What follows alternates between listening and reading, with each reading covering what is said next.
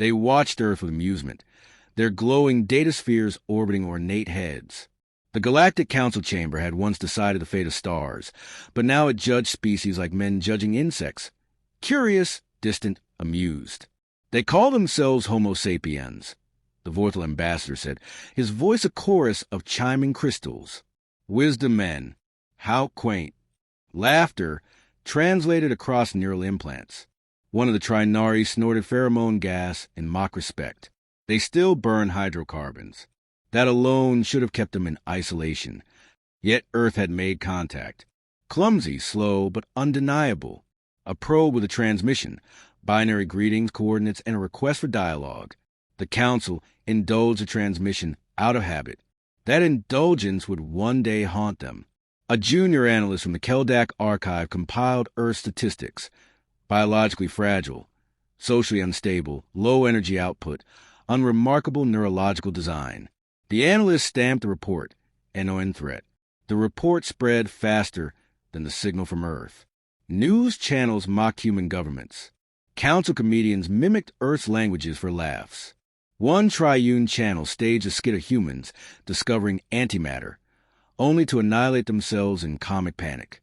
It won Planetary Comedy Awards. Humans arrived in person 3 years later. Their first envoy ship was crude, angular, armored like a relic of forgotten war. The engine spat plasma like fire. Its arrival scorched a landing bay. They emerged in pressure suits, faces pale, mouths dry. Ambassador Elias Ward, representing Earth in the Terran Accord, the human said. Council members adjusted auditory filters to understand the raspy English. His words were clear, formal, the accent archaic. Behind him, 3 aides stood at attention, eyes scanning, noting everything. Ward requested observer status, not membership. The Council laughed again. You may observe, said the Trinari, until your species matures. But humans observed far more than the Council realized. In the first 2 years, humans built embassies on 7 planets. They listened, traded, bought licenses for low-level tech. Their representatives never objected, never boasted. They asked questions, hundreds, thousands, about navigation routes, alien psychology, war customs, treaties, supply chains. They filed every answer. The Ilari mistook it for obsequiousness. They collect data like frightened animals hoard food before winter. One wrote, the Council didn't notice when Earth's trading requests grew bolder. Not outrageous, just precise. Specific alloys, obsolete warp drives, outdated plasma weapons. Junk to most, but not to humans. A few races tried to take advantage. A ship from the Raw Syndicate tricked a Terran freighter into a bad deal, then destroyed it. The Council ruled it a tragic misunderstanding. Terran Command said nothing publicly.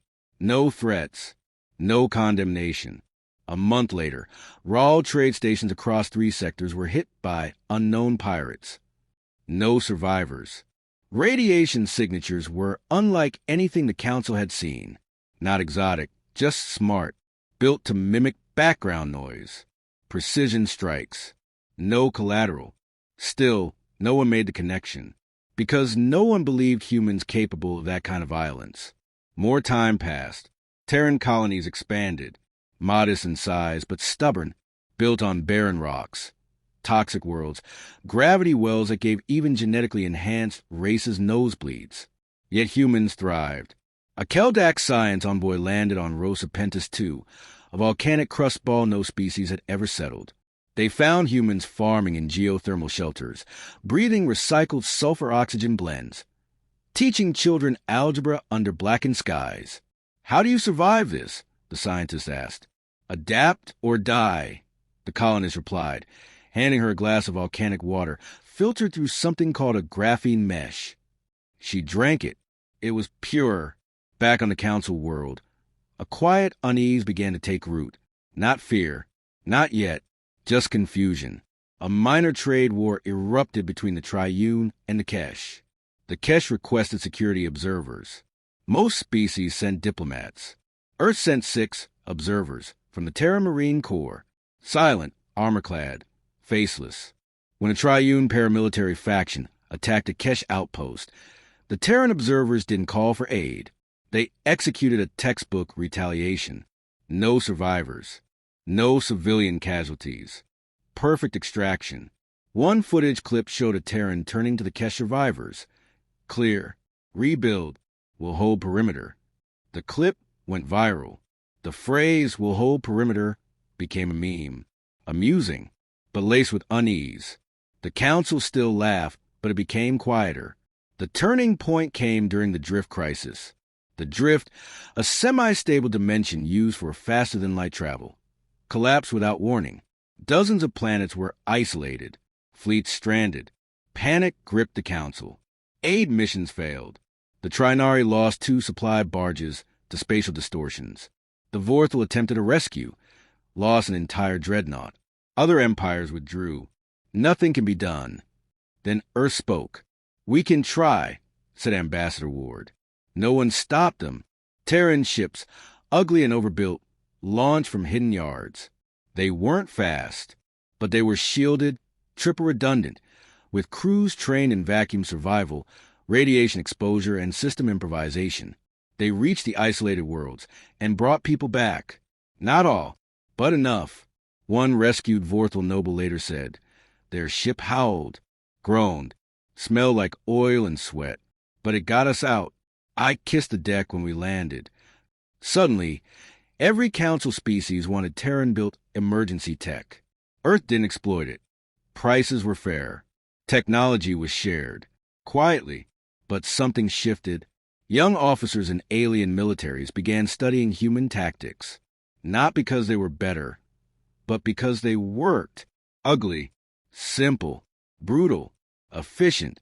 The Trinari military dismissed it as savagery. You can't build strategy on instinct, they claimed. They were wrong. The more humans acted, the more their true nature became visible. They weren't strong, but they endured.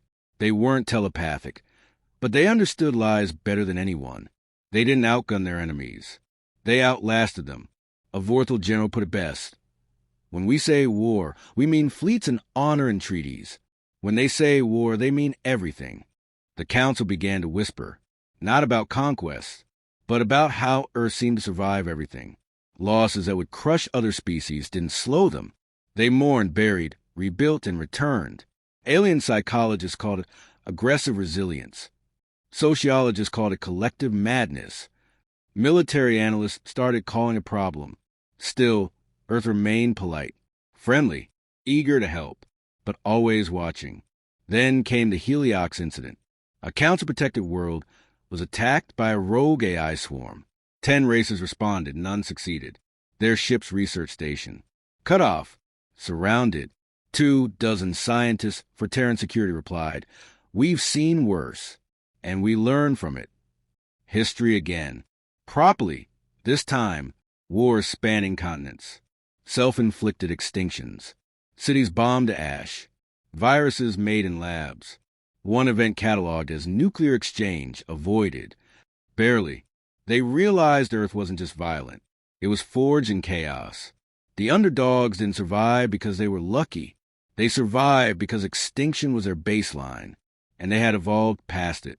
For the first time, no one laughed. They didn't need a throne to rule. That was the growing realization among council leaders. Earth had no central fleet, no master armada stretching across the stars like the Triune or Vorthal, no dazzling capital of floating towers and eternal starlight. What they had instead was consistency. Human ships continued to expand routes, opening colonies and systems where even the Kesh dared not tread. Ice worlds, tidal lock planets, irradiated dust balls. If it had mass and orbit, Earth called an opportunity. Reports flowed in. Terran supply lines self-sustaining in places where most species required subsidies. What do they get from these colonies? A Keldak economist asked. Nothing obvious, came the answer. But Earth wasn't after glory. They were after reach, sustainability, redundancy, the kind of infrastructure you built not for peace, but for something else. Still, humans never declared intent, never issued demands. They helped quietly when asked. Even the proud Trinari began to request Terran advisors. not because they wanted to, but because their own people insisted. One Trinari admiral finally snapped. "Why do you all trust them?" The reply came from his own officer. "Because they survive things we don't." A council intelligence report emerged, classified but whispered about probability shift. Human-centric systems likely in 300 standard years. The forecast showed human influence shaping trade, emergency response, and defense doctrine, not through force, but through default. The council didn't understand the depth of it until the Vordax uprising. The Vordax weren't significant, barely industrial, but they stumbled upon an ancient weapon vault buried beneath their polar crust. They activated relics that bent energy laws and began vaporizing council outposts. Panic spread. The Vorthal lost a fleet. The Kesh lost a moon. Earth remained silent for 2 days. Then 3 human ships arrived. Not capital class, just cruisers, ugly functional, scarred from asteroid impacts. They entered orbit and dropped units. No formal declaration. No committee vote. Just action. The Vordax command structure was severed within 18 hours. Orbital defenses were disabled. The ancient vault resealed. Human casualties, 2. Vordax casualties, minimal. The operation was clean. Surgical. Lethal without being savage. Then came the real shock. Earth didn't seize territory. Didn't demand reparations. They simply left. The council issued commendations. The Trinari gritted their teeth as they signed their part. One Triune media analyst phrased it carefully. "They are not conquerors. They are problem solvers who move like predators and vanish like ghosts." But the real shift wasn't in the council. It was on the fringe worlds. Colonies that once begged Vorthal protectors now sent envoys to Earth, not to pledge loyalty, just to ask them to stay nearby, just in case. The Terrans didn't plant flags. They planted clinics, training stations, gravity wells for emergencies. They sold water filtration units at cost. They offered free education modules, especially in disaster survival. Why would they do that? The Vorthal ambassador asked. Because they plan long-term, his aide answered. And long-term means allies. Then the rumors began. They weren't spread by Earth. They never confirmed anything. But whispers bloomed across the galactic mesh nets. Stories of humans who survived high plague infections with raw immune adaptations, of Terran operatives embedded in death cults, turning entire rebellions with only their words, of a fleet made entirely of autonomous ships crewed by AIs bound by loyalty oaths and ancestral trauma models. No one had evidence, but fear doesn't need proof. It just needs enough consistency. Alien academies quietly added Terran philosophy to strategic theory classes. The Vorthal translated Sun Tzu into ultraviolet cognition frames. The Kesh began buying human-made ceramic armor en masse, more resilient than their own alloy tech. One day, a Keldak diplomat was caught asking, how can we stop them if they ever do decide to take control? The response from his Trinari counterpart, we won't, not through war. The core mistake had been assuming Earth wanted conquest. They didn't. They wanted something more durable, relevance, stability, control through indispensability. The Terran word for it was influence. But among their own people, another word crept into use, dominance. Meanwhile, Earth expanded again. They built Project You Can't Argue with them, because they don't argue. And that was the real danger. Humans weren't building an empire. They were becoming the default operating system of galactic civilization. Even the Council noticed that most emergency signals now routed through Terran nodes. Unofficially, Terran Marines had acted in 24 critical zones across 13, because the real answer was already visible. In distant systems, children of mixed species grew up using Terran idioms, eating hybrid cuisine with Terran spices. Defense cadets trained with human drills. Doctors calibrated surgery protocols using Terran-developed pain thresholds, because humans could tolerate more than almost anyone else. Even the Trinari elite began wearing Terran-designed synthetic fabrics, not because they liked them, but because they lasted longer. There was no invasion, no grand declaration. There was just Earth, quietly everywhere. Then came the incident at Atraxas Prime, a minor planet, unimportant on most maps. But when an asteroid derailed and sent planetary dust into the air, killing crops and poisoning rivers, the Council argued over aid for days. Earth responded in 2 hours. Cargo vessels dropped climate mod kits, atmospheric filter seeds, and mobile hospitals. They didn't ask for permission. They just acted. The local population, non-human, put up banners in Terran script. Thank you, Earth. The Trinari filed a formal protest. No one cared. A shift had occurred. In the back of every council leader's mind was a growing fear. What happens if Earth one day decides we aren't worth the effort? Because Earth didn't need them anymore. Their economy was independent. Their trade networks were self-propelling.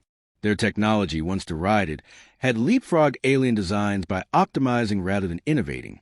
Their AIs weren't elegant, but they worked. Their weapons weren't graceful, but they ended battles. And their people, born of fire and failure, carried something no species fully understood: the will to win, even when everything was lost. Earth never said it aloud, but every move, every quiet success whispered the same thing: we don't need your approval. By the time the Council realized this, it was too late. Human officers now led joint task forces. Human logistics algorithms managed sector-wide supply chains. Human doctors operated on the bleeding edge of cross-species medicine. And across the galaxy, a new phrase took hold. First in jest, then in awe. If there's a crisis, call the humans. They had become the problem solvers, the peacekeepers, the war fighters, the emergency responders, the last resort.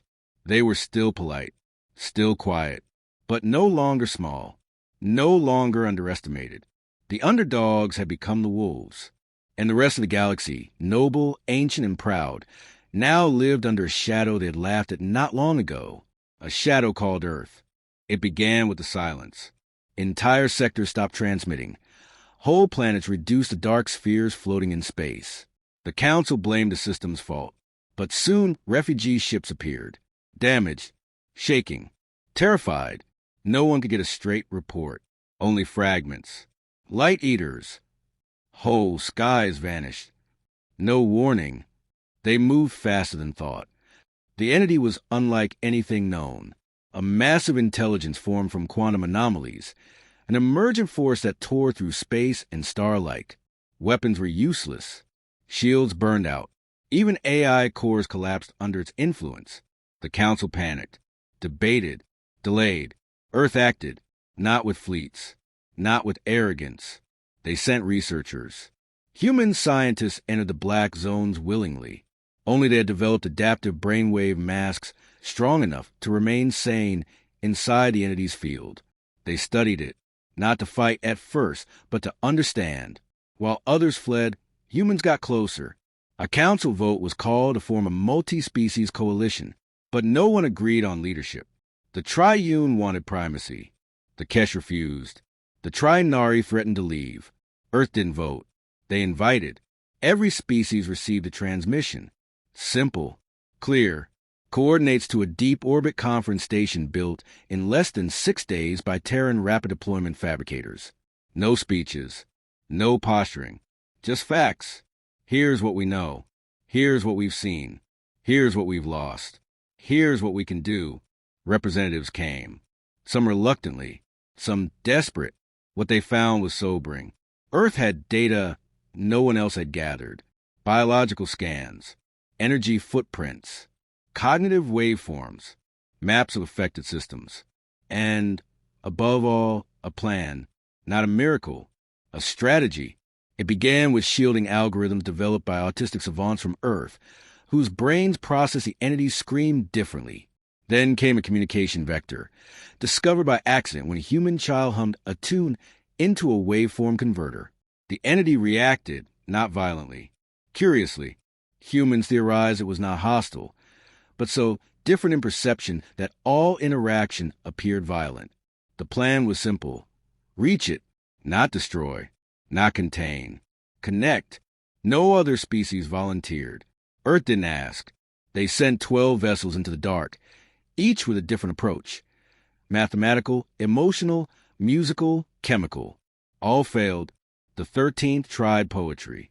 A Terran linguist, blind and paraplegic, crafted sequences using quantum-stabilized rhymes designed to align with the entity's resonance patterns. The entity stopped. For the first time, it listened, and then it responded, not in language, not in light, but in pattern. Earth understood. The rest of the council watched, stunned, as Terran ships began to lead the entity away from inhabited worlds, not through force, but through performance. A constant dance of story, sound, motion. They taught it pain, then peace, and in doing so, they made contact with a force older than stars, one that had never been spoken before. Earth wasn't just fighting to survive. They were teaching existence how to share space. The council finally asked, "Why do you do this?" Earth answered, "Because we've been the monsters before." It wasn't humility. It was memory. Humanity had grown not by erasing its past, but by mastering it. War, genocide, environmental collapse, AI rebellions. They had seen their end and stepped back from it, learned from it, wrote poems about it. They were no longer afraid of darkness. They came from it. That truth gave them power. The entity retreated, not in defeat, but in peace. It left behind fragments, seeds of its mind, not tools, not weapons, gifts, raw data structures more complex than any quantum core. Earth didn't keep them secret. They shared them, freely. The council changed that day. Not officially. No declarations. No parades. But from that day forward, no vote passed without Terran input. No crisis proceeded without Terran consultation. No child across the galaxy grew up without learning Terran survival models, Terran ethics, Terran courage. At first, they had been underestimated. Then they had been needed. Now they were followed. But Earth didn't rule. They led by example. The Vorthal began training with Terran mentors. The Trinari elite joined human meditation programs to better handle stress. The Keldak integrated human music into their navigation systems for emotional resonance alignment. In the ruins of a shattered moon, Akesh artists carved into obsidian. They came from mud and flame and brought light without judgment. Human influence deepened, not through coercion, but through relevance. It was no longer just survival. It was vision, Earth's vision. A galaxy where fear didn't dictate policy, where power came not from domination, but responsibility, where strength meant standing in front of the weak, not stepping over them. A galactic anthem formed, not written by Terrans, but by their allies. It was sung in 17 languages. Its final line was the same in all. And if we fall, Earth will stand. One generation passed. Then two. Children on ice worlds named their cities after Terran explorers. Former enemies sent their brightest to Earth for training. The Council, once fractious, now moved like fingers of a Terran-shaped hand. One day, a historian asked a Terran archivist, "When did you win?" The human laughed. "We didn't. We survived. That's all. The galaxy did the rest." But survival wasn't passive. Earth had clawed its way from insignificance, not with weapons or war, but with will. That was their secret. Not superiority, not genetics, just grit, the unyielding refusal to quit, to stay down, to vanish. And when the galaxy finally looked for a leader, it didn't choose the oldest or the wisest or the strongest. It chose the ones who had earned it, the ones who had bled for peace, sung to monsters, and taught fear how to listen. They were the underdogs. And now they were the alphas,